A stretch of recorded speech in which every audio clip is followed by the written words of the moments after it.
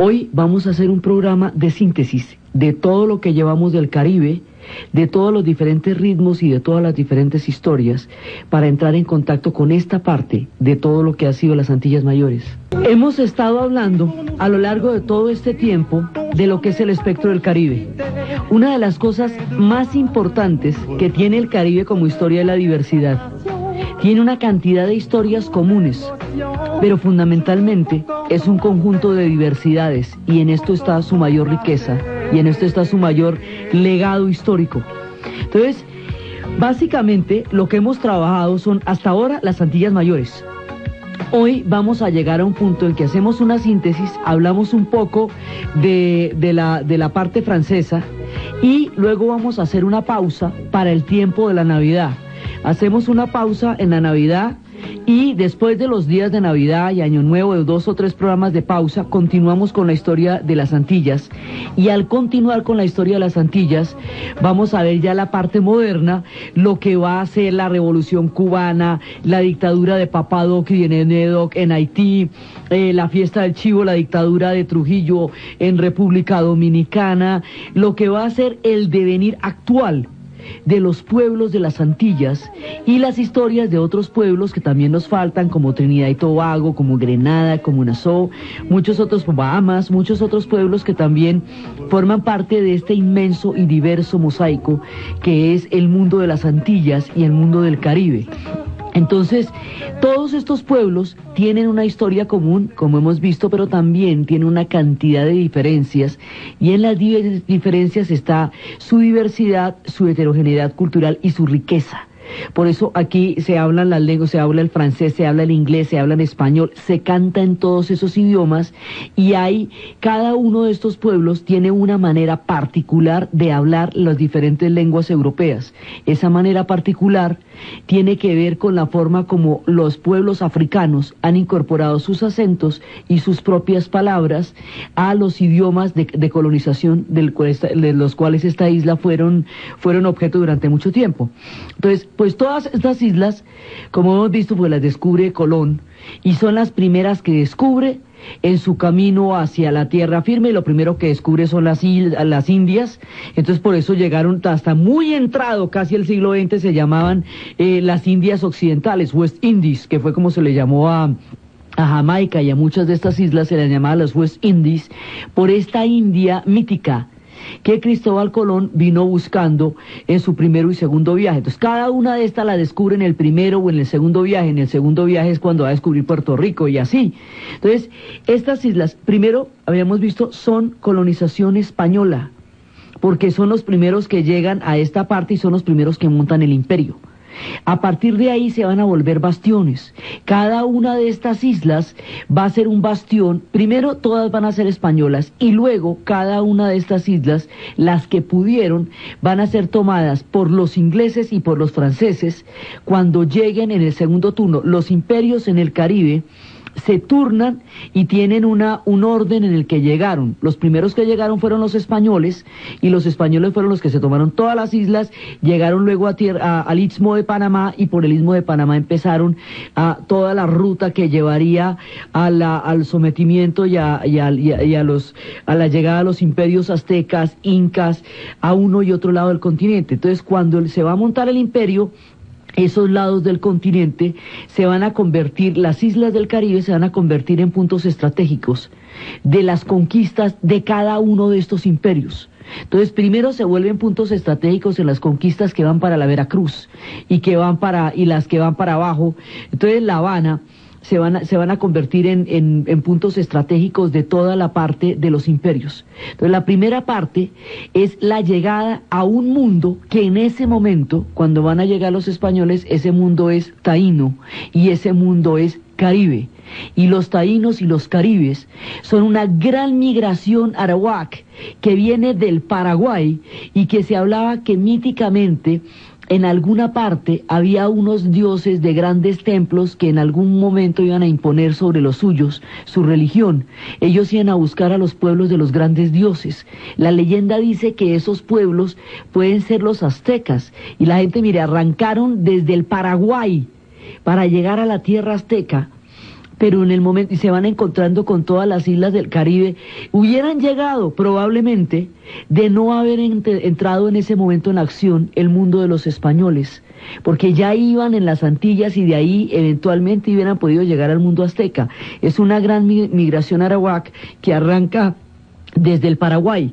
Entonces todas las islas de las Antillas y el Istmo de Panamá vienen también, son parte de esa gran migración taína y caribe. Los taínos y los caribes, habíamos visto, tienen una idiosincrasia muy diferente. El taíno es mucho más, digamos, tiene una existencia mucho más pacífica, mucho más acompasada. Esto también hizo que fuera muy difícil, digamos, que los hizo bastante vulnerables a los niveles de agresión con que se encontraron cuando llegaron los españoles, mientras que los caribes van a librar una resistencia tan tenaz que hasta entrado el siglo XVIII todavía estaban resistiendo en las islas del Caribe, y hubo casos, como habíamos visto, como el de Grenada, que cuando se vieron verdaderamente amenazados, en masa se botaron, se suicidaron antes de caer bajo el Imperio Español. Entonces hay un mundo taíno y hay un mundo caribe, y finalmente pues sobrevivieron. El nombre de todo el mar donde están las Antillas se nombra por estos pueblos, por los caribes, que estuvieron en todas las Antillas y en la costa atlántica, y que forman parte de las costas de Colombia, y que forman parte de todas las islas de las Antillas y de Panamá, y dan nombre a todo el mar, que es el escenario de este mosaico cultural e histórico que es el mundo de las Antillas. Entonces está el mundo caribe y el mundo taíno. Llega el Imperio Español y se monta sobre ellos. En algunos lugares los exterminaron por completo, como en Cuba. En Cuba, por eso la península de Matanzas lleva ese nombre, por el exterminio del pueblo de Matanzas. Entonces, y de allá se van a convertir en un principio en una ruta. Después de convertirse en una ruta donde se monta el imperio, a partir del cual el imperio se va a esparcir. Ahí están bajo la dominación española. Después, entonces muchos de estos pueblos van a hablar lenguas españolas, y por el caso de la dominicana primero se llamó la española y después se llamó Haití por el pueblo original haitiano, y luego cuando se va a producir la independencia entre Haití y la Dominicana, ellos se van a llamar República Dominicana, porque los dominicanos, los sacerdotes dominicos, la comunidad de los dominicos, eran protectores de los indígenas, y los indígenas son una característica de la parte dominicana de la isla, donde hubo la presencia española y el mestizaje. En la parte de la parte española de la isla, la parte francesa va a tener toda la influencia africana. Entonces primero están todos ellos, y después vienen las disputas de los demás imperios por la hegemonía en estas islas. Entonces más adelante vienen los ingleses y los franceses a disputarse con España la hegemonía sobre las islas del Caribe, y más adelante vienen los holandeses. Entonces, al llegar los holandeses, y al llegar los franceses, y al llegar los españoles, y al disputarse, toda la geopolítica de Europa se estaba jugando en el Caribe. Y todos los problemas que tenía Europa los trajeron para el Caribe. Entonces trajeron los problemas, los que tenían con irlandeses y escoceses, los ingleses fueron y los trajeron para Jamaica. Los que tenían con católicos y protestantes se vinieron también a mostrar por qué en algunas poblaciones de algunas de esas islas son protestantes, por qué otras son católicas, porque eso depende de las peleas que se estaban dando en ese momento en Europa. Entonces, cada una de estas trae sus propias peleas a las islas del Caribe. La pelea que tenían los holandeses contra los españoles para poder, porque estaban siendo dominados por los españoles, se va a traducir en toda la piratería en ultramar. La pelea, digamos, toda la pelea para quebrantar el imperio español se traslada a la piratería del Caribe. Y por eso primero son parte del Imperio Español, luego viene toda la guerra de la piratería para atacar todas las riquezas que salían de España por la vía de La Habana, y que traían toda la riqueza del Potosí y toda la riqueza del oro en América. Entonces ahí viene todo el tiempo de lo que van a ser los piratas, y va a ser todo este tiempo de acá. Entonces cada una de estas islas está influenciada por esa historia. En principio es la dominicana, es la española, pero hay una presencia francesa que va socavando el mundo español, y hasta que la isla se divide en una parte francesa y una parte española, luego va a tener en su totalidad un mundo francés y luego una parte va a ser de nuevo española.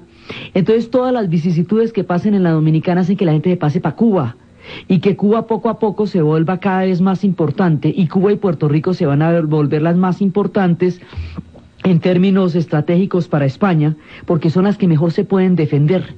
Entonces eso hace que la isla de Jamaica quede, digamos, mucho menos defendida y menos difícil de tomar que Cuba, Puerto Rico o la Dominicana, que además ya se había independizado por las rebeliones.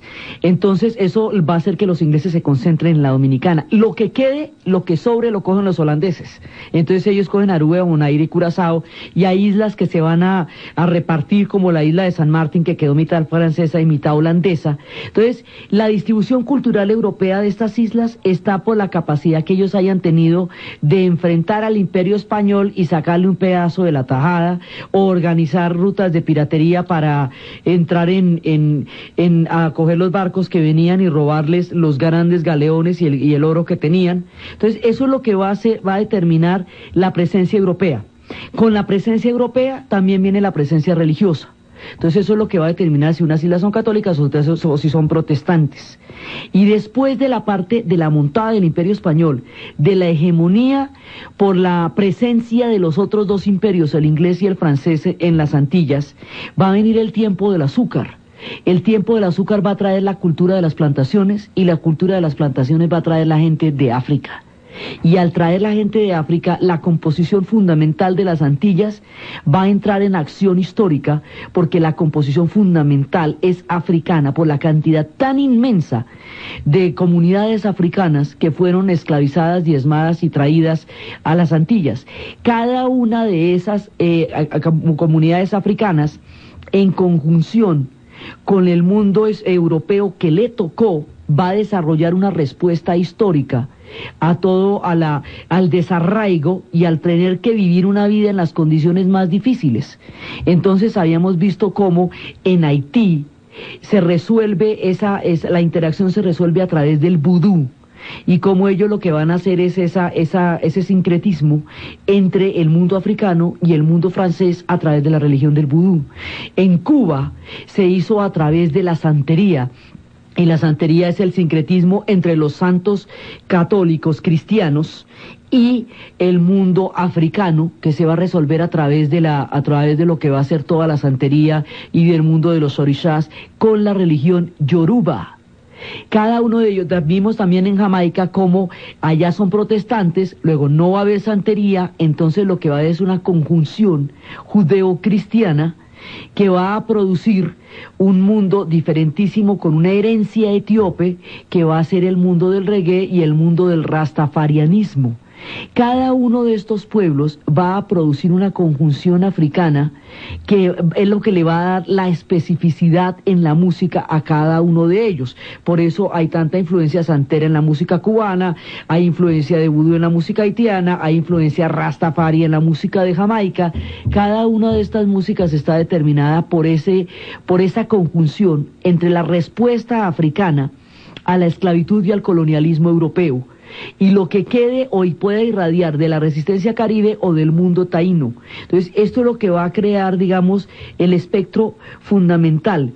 Viene primero el periodo del descubrimiento, la disputa por los mares, la creación de las rutas, el tiempo de la piratería, la llegada del mundo del azúcar y de la cultura de las plantaciones. Y ahí vienen los procesos de rebeliones y de independencias, que en algunas se va a lograr y en otras no, o en algunas se va a lograr, pero de una vez quedan estipuladas en el siguiente imperio. Entonces en la primera parte estamos viendo toda esa historia, cómo aparecieron, cómo llegaron, quiénes los conquistaron, contra quiénes se rebelaron, de qué manera se independizaron, hasta llegar al punto de las independencias en cada uno de estos pueblos. Entonces esto se expresa musicalmente pues de todas las maneras que hemos visto. Entonces hemos visto cómo, por ejemplo, en Puerto Rico Esto se expresaba a través de Ismael Rivera, por ejemplo. Esta es uno de los que vamos viendo. Cada uno de estos tiene una respuesta diferente, musicalmente hablando. Entonces habíamos visto en Puerto Rico, que por ejemplo es una de las últimas en independizarse, y cuando se independiza va a quedar de una vez anexada al siguiente imperio. O sea, estamos trayendo toda la historia a un punto en que queden todos más o menos en la misma etapa histórica. La etapa histórica en la que vamos a llegar ahora es cuando se va a producir un cambio del mundo español, francés o del mundo holandés a la llegada de Norteamérica en la presencia del Caribe. Hasta ahí es que estamos llegando en nuestra historia. Entonces Puerto Rico se va a independizar dentro del contexto de lo que fue la guerra de independencia cubana, pero sin una guerra propiamente dicha. Ellos tuvieron muchísimas rebeliones de esclavos, muchísimas, porque el problema de la esclavitud en Puerto Rico fue también muy dramático, pero ya en el momento de la independencia ellos quedan directamente anexados a los Estados Unidos y no hay una transición en la cual ellos puedan, digamos, determinar, porque ellos fueron entregados por un tratado en París cuando terminó esa contienda. Entonces ellos quedan de una vez parqueados en el mundo de los norteamericanos. Eso por el lado de Puerto Rico. Por el lado de Cuba, Cuba también va a quedar en unas condiciones similares, pero no por el nivel de la guerra tan terrible. Ellos no van a quedar directamente anexados, pero sí van a quedar con bases allá. Y van a quedar, digamos, con un compromiso muy grande con los Estados Unidos, no tan directo como el de Puerto Rico, pero sí con un compromiso enorme con los Estados Unidos por todo el papel decisivo que los Estados Unidos tuvieron en la independencia de Cuba. Entonces, con Cuba hablamos, hoy escuchamos un poquito de los orishas. Con Cuba escuchamos a los orishas underground de La Habana. Vamos escuchando diferentes manifestaciones sobre cómo esta gente musicalmente se ha expresado en toda su diversidad. La dominicana primero va a ser la española, luego va a ser parte de Haití, va a ser parte de los reinos haitianos. Haití va a generar todo un mundo. Haití va a ser, digamos, como el bastión de la libertad, de la lucha por la libertad de un pueblo, de toda la manera, y va a ser la parte francesa. Y la dominicana después se independiza de Haití, mantiene una identidad histórica diferente y particular y aparte, y llevan juntas una relación totalmente inarmónica, porque siempre han estado agarrados en una isla que tiene la forma de un cangrejo y que ambos comparten. La dominicana cuenta su historia así. La dominicana va a tener mucha más pertenencia, mucha búsqueda de pertenencia al Imperio Español, porque siente que de esa manera se puede, digamos, se puede guarnecer de la profunda influencia haitiana en la isla. Entonces ella tiene su propia historia, y frente a este conflicto entre la dominicana, este conflicto entre Haití y la dominicana hace que mucha gente se vaya para Cuba, y es lo que le fue dando a Cuba todo un desarrollo. Y luego cuando vienen las guerras de independencia de Cuba, entonces hace que muchísimos cubanos se devuelvan para la dominicana. La dominicana fue el antecedente de lo que fue la guerra de independencia de Cuba. Muchos veteranos de la guerra de independencia de la dominicana van a pelear por la independencia de Cuba.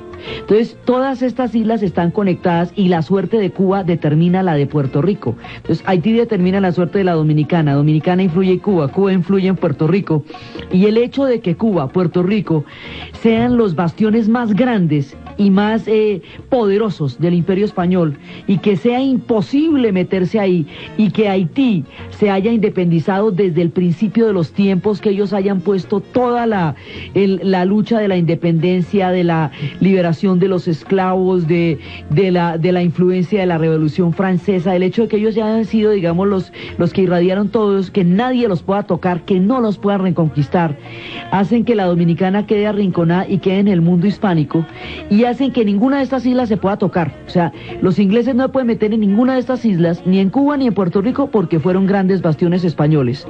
En la dominicana, porque eso ya es un reino independiente haitiano, y la parte dominicana busca una afiliación imperial, pero no la puede lograr completamente. Entonces el recurso que le queda a los ingleses es Jamaica, y eso lleva a que empiece también la historia de Jamaica y la presencia. Jamaica es el bastión del Imperio Británico en el Caribe.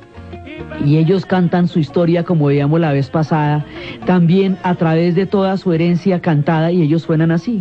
Entonces, ahora, cada uno de estos ritmos es solamente una parte. Lo que hemos puesto de Cuba aquí es tremendamente contemporáneo, porque ellos están en todo el trabajo del son cubano también y del guaguancó. Los puertorriqueños sacan la plena también, los jamaiquinos sacan el calipso, los haitianos el zouk, y también la soca también sale entre calipso, entre Trinidad, Tobago y Jamaica sale el calipso y sale la soca, y de Haití sale el zouk.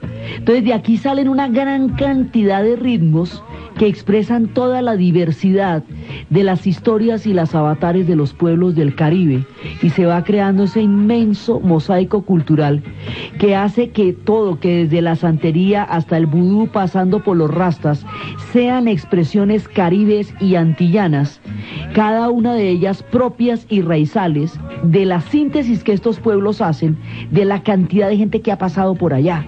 Entonces, por cada una de estas islas han pasado, según los diferentes estadios, han pasado ingleses, franceses, holandeses, africanos de todos los pueblos, Benin, Yoruba, Lucumí, Togo, y han pasado también pueblos cristianos, y han pasado taínos, y han pasado caribes, creando este mosaico impresionante. Ahora vemos después la parte francesa y lo particular de lo que pasó en estas islas de Caribe, Guadalupe, Martinica y Cayena. La parte francesa de las Antillas va a tener una historia muy particular y muy diferente a la parte inglesa y a la parte española, de la que ya hemos hablado muchísimo, la parte inglesa y la española. En la francesa, pues primero, originalmente, el imperio era Haití. Haití era como el corazón desde donde el imperio francés pretendía expandirse. ¿Hacia dónde? Hacia la Luisiana.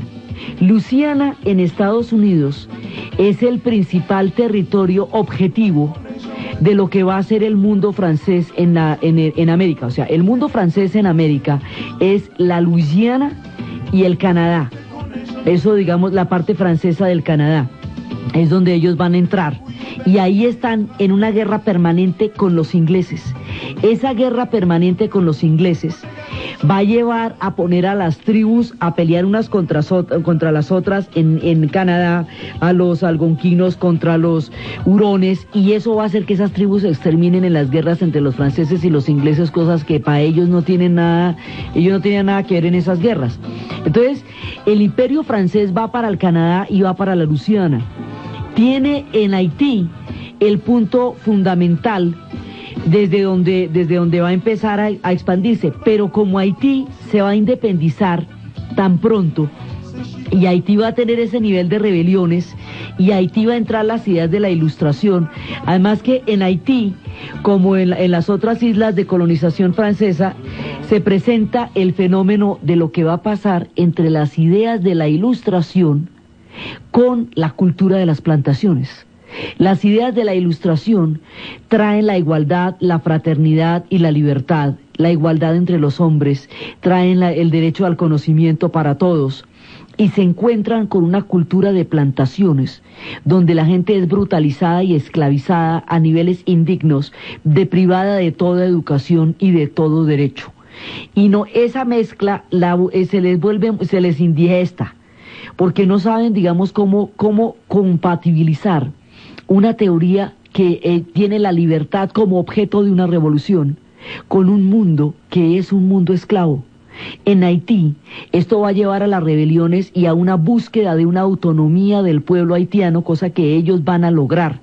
Van a lograr a nivel de unas rebeliones terribles, van a sacar a los franceses de allá, y después, cuando viene la era de Napoleón, intente reconquistar Haití, Haití no se va a dejar reconquistar y va a quedar libre desde el puro comienzo, va a ser la primera que se va a independizar. Entonces, al tratar con Napoleón de reconquistar Haití, como no pueden, van a reconquistar es Guadalupe y Martinica, que eran las que también se habían rebelado y también habían abolido la esclavitud. Y resulta que Guadalupe y Martinica sí las van a reconquistar, porque la Revolución Francesa además va a tener una serie de mutaciones, y las mutaciones que la Revolución Francesa va a tener reflejadas en las islas del Caribe están escritas en la magistral novela de uno de los más duros de todo el Caribe, Alejo Carpentier, que se llama El siglo de las luces. Y en El siglo de las luces precisamente muestran un personaje hijo de la revolución, uno de los más convencidos en tiempo de los jacobinos, que a medida que entra en contacto con las islas del Caribe va a traicionarse a sí mismo y van a terminar de nuevo imponiendo la esclavitud después de que habían ido a liberar a estos pueblos. Esa traición contada a través de este personaje que cada vez se hace, es un personaje que va mutando por entre toda la radicalidad de la Revolución Francesa y luego se monta en la corte napoleónica y luego se vuelve imperial como la era napoleónica y termina restaurando la esclavitud, que era la razón por la cual se había tumbado, una de las razones por las cuales se había tumbado todo ese régimen era por la libertad, y terminan restaurando la esclavitud. Esa contradicción es lo que muestra el siglo de las luces y es lo que se va a dar en la Martinica y la Guadalupe, que después de liberada se retornó de nuevo a la esclavitud por aquellos mismos que le habían dicho al mundo que el derecho de la libertad era para todos, los franceses y la Revolución Francesa. Entonces, ¿qué pasa? Los franceses van a tener una historia con estas islas muy particular. Van a tumbar la Bastilla. La tumbaron y efectivamente no existe la Bastilla como prisión, en cambio sí existe la Torre de Londres como un testimonio de los normandos y como todo el paso del poder y de las intrigas y de toda la gente que asesinaron allá para poder llegar a al trono y a la corona. Existe la Torre de Londres, pero no existe la Bastilla. Entonces los franceses lo que hicieron fue que tumbaron la Bastilla como prisión en nombre de la libertad, pero trasladaron las prisiones a las islas del Caribe. Entonces retornaron a la esclavitud en Guadalupe y en Martinica, como lo muestran en el siglo de las luces, y además crearon una isla prisión que se conoció como la Isla del Diablo. Esa Isla del Diablo también se le llamaba Cayena.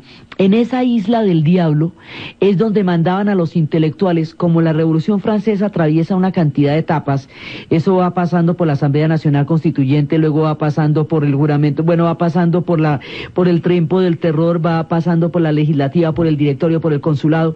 Cada vez que viene una etapa de esas, y una de las fracciones que los girondinos, que los jacobinos, que la montaña, que estos, que los otros va gobernando, entonces los que se oponen van siendo perseguidos, porque esta revolución se va a devorar a sí misma en el régimen de terror. Cada vez que persiguen a alguien lo mandan para la Isla del Diablo, y en la Isla del Diablo los que mandan son estos intelectuales que lucharon y pelearon por la revolución. Los mandan a la Isla del Diablo, y en la Isla del Diablo es donde van a morir de paludismo, de la incapacidad para enfrentarse con la naturaleza. Se les va quebrando el alma ante la incapacidad de cultivar y de relacionarse con la naturaleza, porque vienen de un medio totalmente diferente. Entonces la Isla del Diablo se va convirtiendo en una de las prisiones más siniestras.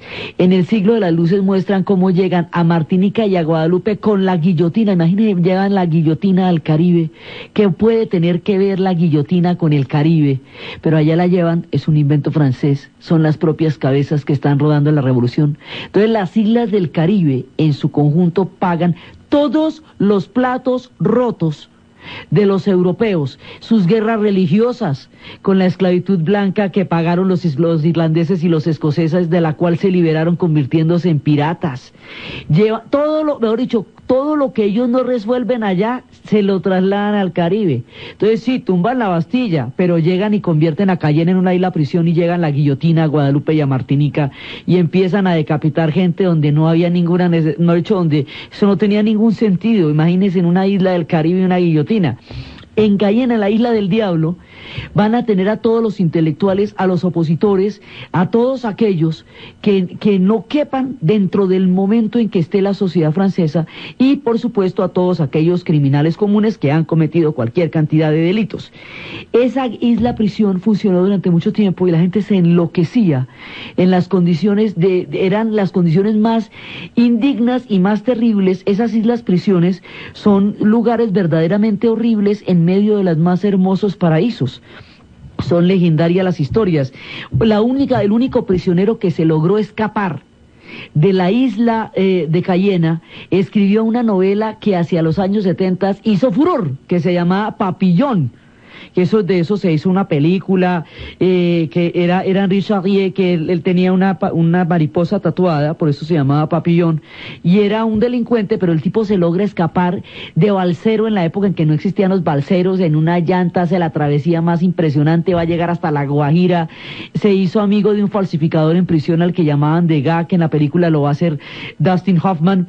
Bueno, esa que es una de las novelas de aventura más apasionante que uno se puede imaginar, es la historia de la fuga, y esto es en el siglo XX, de un hombre de la Isla del Diablo. Es que eso funcionó durante muchísimo tiempo y tuvo historias legendarias. Una es La fuga de Papillon, que va a ser, digamos, toda esa novela sigue siendo pues una de las grandes novelas de aventuras, porque es una historia real, el único tipo que se logró fugar de la Isla del Diablo. Y otra de las historias que hizo conocer en el mundo la Isla del Diablo fue una injusticia total que reveló la contradicción de un pueblo con sus propios ideales. Esa injusticia fue cometida contra un capitán del ejército francés en la guerra de Francia contra Alemania a finales del siglo XIX por los territorios de Alsacia y Lorena. Ese capitán se llamaba André Dreyfus, y ese capitán Dreyfus fue acusado de traición, de haberle entregado información militar de alto nivel a los alemanes. Por esa acusación fue deprivado de sus honores militares y confinado en la Isla del Diablo a que se pudriera. Allá la gente la mandaba a que se pudriera. Entonces un gran escritor averiguó que esa acusación era demasiado endeble y demasiado fácil de creer, digamos fácil de aceptar, y empezó a investigar. El escritor se llamaba Émile Zola y lanzó un manifiesto que se llamó Yo acuso, J'accuse, y muestra cómo el Estado francés y el ejército francés en conjunto avalan la condena del capitán Dreyfus, siendo él inocente porque él era judío, por antisemitismo. Por eso es que a él lo utilizan de chivo expiatorio, independientemente de que no hubiera pruebas contra Dreyfus. Sí hubo un traidor, era un húngaro de nombre Esterházy, pero fue sobre Dreyfus sobre el que recayó la infamia. Entonces, esta acusación de Émile Zola pone de manifiesto el antisemitismo que existe en la sociedad francesa y cómo el capitán Dreyfus lleva sobre sus hombros el peso de un prejuicio. Y ese peso del prejuicio va a hacer que la comunidad judía internacional, que llevaba mucho tiempo sufriendo la discriminación de no haber sido cristiana en la Edad Media, de no haber sido ciudadana durante la Ilustración, de no haberle clasificado a ninguno de los juegos europeos de la historia y siempre ser discriminados, en el momento en que se descubre que el capitán Dreyfus está allá única y exclusivamente por ser judío, que ese es su único crimen, en ese momento se reúne en Basilea, Suiza, dirigido por el corresponsal húngaro que cubrió esta noticia en París, dirigido por él, una convención que se vuelve un juramento. El corresponsal húngaro se llamaba Teodoro Herzl, y lo que ellos van a hacer es el juramento de Sion, es el juramento de que el pueblo judío no descansará hasta que no tenga un estado. Sion es la colina sobre la cual se ha edificado el templo de Jerusalén. Los que son partidarios de la creación de ese estado a nivel de un propósito histórico se llaman sionistas, y esto viene a colación por la prueba irrefutable del prejuicio sobre una parte de la sociedad que se expresó en la culpa injusta sobre el capitán Dreyfus, que fue llevado a la Isla del Diablo. A partir de ahí la Isla del Diablo empieza a volverse legendaria, porque es el lugar de todos los disidentes, de los intelectuales, de todos aquellos que están en contra de la injusticia en la sociedad francesa y que van a pagar por su conciencia penas absolutamente terribles, lo mismo que otros que tienen delitos comunes, pero era el infierno más espantoso. Convirtieron un paraíso en un infierno para secarle el alma a todos los que pensaban diferente o pertenecían a otras comunidades o no estaban de acuerdo con una sociedad que se decía ser la portadora de la libertad. La Isla del Diablo es un punto de contradicción muy complejo. dentro del discurso de la libertad que en ese momento fluía en la parte de Francia. Entonces, ellos, todos los diferentes cambios de estados históricos de los franceses, desde la libertad hasta el imperio napoleónico, desde la restauración hasta la persecución por raza o por disidencia, van a parar a la isla del diablo. El régimen del terror va a parar. El capitán Dreyfus finalmente va a ser liberado y va a ser restaurado en su honor. Pero el daño que se hizo con esa evidencia del prejuicio aún es un fantasma dentro de la sociedad francesa. Entonces las islas del Caribe, desde el punto de vista de las colonizaciones francesas, van a pagar los platos rotos.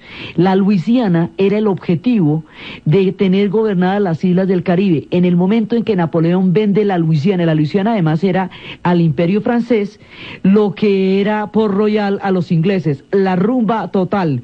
Y ese es uno de los centros del vudú más importante, la Luisiana, y allá era donde era la rumba, allá era donde estaban todos los que salían de los que no cabían en el mundo europeo terminaban en la Luisiana. Cuando Luisiana es vendida por Napoleón a los norteamericanos, en ese momento queda sin piso el mundo francés en el Caribe. El Canadá ya está casi, queda solamente un rincón, en un rincón francés que es lo que es Quebec, y quedan dos naciones casi en guerra que fundan el Canadá, la parte francesa y la parte inglesa. La parte francesa es el Quebec, la Quebecois. Entonces, ellos van a estar durante mucho tiempo en guerra con los ingleses y todavía no se quieren, no se matan, pero no se quieren. La Luisiana va a ser vendida a los norteamericanos que están con los ingleses, cosa que la gente de Luisiana considera una traición terrible de parte de Napoleón, y por esa razón ellos van a estar con los estados del sur en la guerra de secesión contra el norte, no porque les interese el sur ni porque les interese el norte, sino porque se querían separar de la Unión, porque ellos no querían estar rodeados de ingleses, porque ellos son franceses. Pero como perdieron esa guerra, allá quedaron en la mitad de la nada, una cultura totalmente francesa, metida en los Estados Unidos sin tener ni arte ni parte que ver con el resto de ese país, totalmente ligada al Caribe, totalmente ligada a las Antillas, ligada por el vudú al mundo de los haitianos, bastión de la presencia francesa en el Caribe, y sin embargo en una isla, digamos, cultural, porque son completamente diferentes al resto del pueblo donde quedan, y de allá, de esa diferencia es donde tiene uno de los orígenes históricos el jazz. Ahí, digamos, de los puntos fundamentales. Entonces resulta que al vender la Luisiana, la presencia de los franceses en el Caribe queda totalmente debilitada, porque la Luisiana era la parte continental. Entonces, algunas ya solamente Martinica y Guadalupe van a quedar en condición de sometimiento de los franceses. Hoy por hoy aún están bajo el dominio francés, no son islas independientes, y son el testimonio de todos los avatares de la historia francesa en el Caribe, con todas las historias de África, sobreviviendo entre esta cantidad, digamos, de tormentas históricas que sacuden a Francia y que van a influenciar a los pueblos del Caribe que quedaron bajo ese imperio. Entonces, aquí nos queda ya la mayoría independizados, otros entraron todavía, forman parte de los pueblos a donde fueron potencia, y se va a dar un relevo histórico. El tiempo de los franceses, de los ingleses y de los españoles va a pasar, y va a llegar el tiempo de los norteamericanos en el siglo XX. La era de los norteamericanos, lo que eso va a significar y su presencia en el Caribe, es lo que sigue de la serie. Pero nosotros vamos a hacer una pausa para los siguientes 3 programas por las fiestas de Navidad. Entonces, esta historia del Caribe nos queda cuando están llegando los norteamericanos, y después de la Navidad continuamos con ella para ver todo el Caribe contemporáneo, que es absolutamente lleno de grandes cataclismos y de grandes sucesos históricos, como va a ser la Revolución Cubana, como van a ser las dictaduras en Haití, en la Dominicana. Todo eso lo vamos a ver después de la Navidad. Ahora, desde los espacios de toda esta cantidad de diversidades históricas y culturales, desde las superficies de África y desde la música, que es el testimonio de toda la riqueza del alma del Caribe, los dejo en la narración de Ana Uribe, en la producción Jessy Rodríguez. Para ustedes, feliz domingo, y entramos directamente en contacto con el tiempo de la Navidad.